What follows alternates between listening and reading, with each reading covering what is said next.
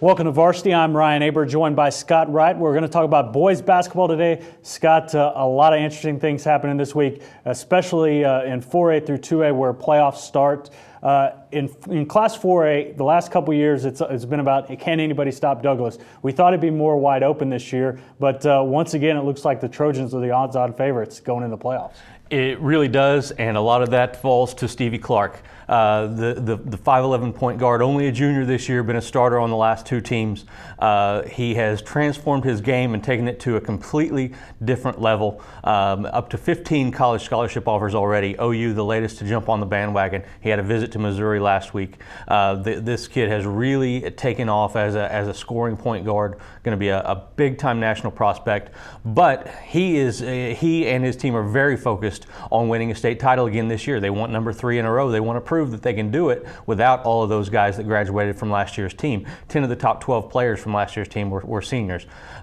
Clark and the rest of these guys are very motivated to get that done. They've got some other guys stepping up now. Didrell Post, a big guy that can provide some points and rebounds inside. D'Angelo Smith, who is the younger brother of Devontae Smith from last year's team. A guy that is really coming on and averaging around 17 or 18 points a game here the last few weeks.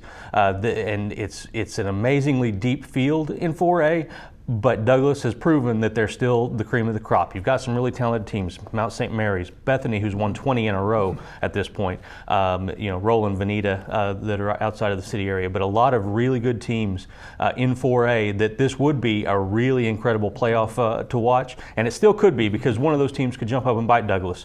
But right now the Trojans look like the favorite at this point. And we dropped down a couple more classes, but staying in Oklahoma City, the Oklahoma City Public Schools, Northeast as played Douglas a couple weeks ago, really hung tough with him. How good is this Vikings team? They're a very good team. Caleb Creighton really anchors this team as an athletic 6'4" wing that can go inside and do some things. But a lot of talented guards, a lot of speed and athleticism all over the floor. They fell behind by more than 20 against Douglas the other night and pulled it back to get within 1 in the fourth quarter.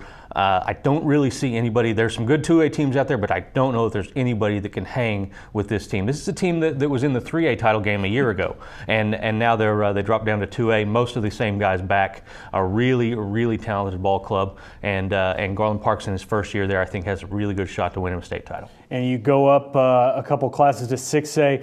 Playoff brackets came out last week. Some interesting matchups here in 6A. None more interesting than Putnam City West and Norman. Absolutely. If you look at the ranking system, you gotta kind of wonder, how we ended up with this as an 8-9 seed with the winner getting to play Edmond Memorial in the second round.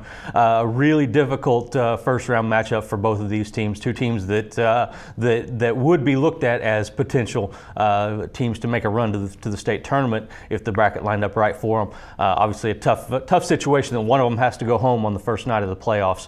But two really talented teams. Putnam City West has a chance to win the conference title for the first time in their school's history, as far as we can tell from our research. So this is a really good team. 8 seed is probably a little unfortunate for them.